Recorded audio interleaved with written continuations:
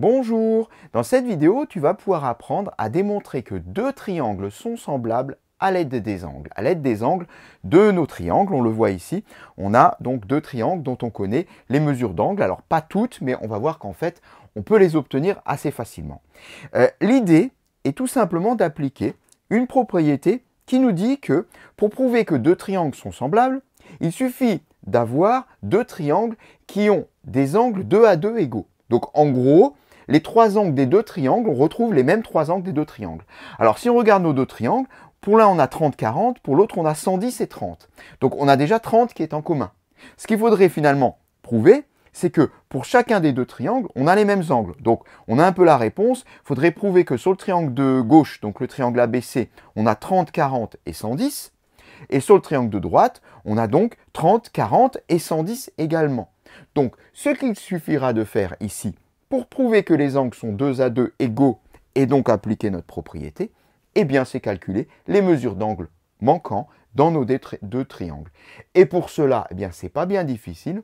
On a une propriété qui nous permet de le faire, c'est la fameuse règle des 180 degrés, qui nous dit que dans un triangle, la somme des trois angles fait 180 degrés. Et grâce à ça, on va pouvoir calculer les angles manquants. Allez, c'est parti.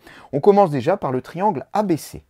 Dans le triangle ABC, on a angle A plus angle B plus angle C égale 180 degrés. La somme des trois angles de mon triangle fait 180 degrés. L'angle A, je le connais, il fait 40. L'angle B, je connais, il fait 30. L'angle C, c'est celui qui me manque. Et tout ça fait toujours 180 degrés. Alors 40 et 30, 70. Plus C égale 180. La question est combien je dois rajouter à 70 pour trouver 180? Eh bien, la réponse est simple. Il suffit de faire 180 moins 70. Et ça donne 110. 110 degrés.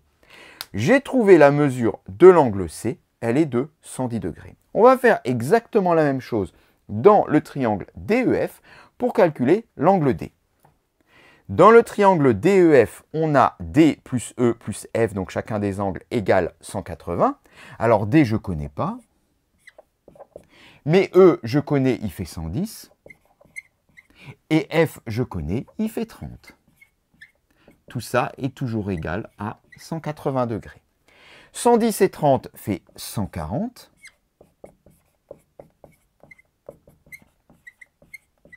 La question est combien je dois rajouter à 140 pour trouver 180? La réponse est 180 moins 140. Et ça fait 40. J'ai ainsi l'angle D qui fait 40 degrés.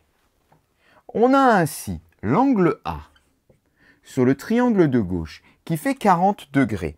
Et on a vu que sur le triangle de droite, l'angle D fait 40 degrés. On a ensuite l'angle B sur le triangle de gauche qui fait 30 degrés. Et on avait vu que celui-ci, on l'avait sur le triangle de droite qui fait également 30 degrés, il s'appelle F.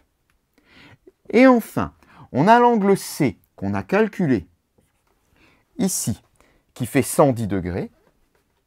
Et on retrouve un angle de 110 degrés sur le triangle de droite, c'est l'angle E. On a finalement réussi à prouver qu'on a pour nos deux triangles des angles qui sont 2 à 2 égaux. A, B, C, D, F, E.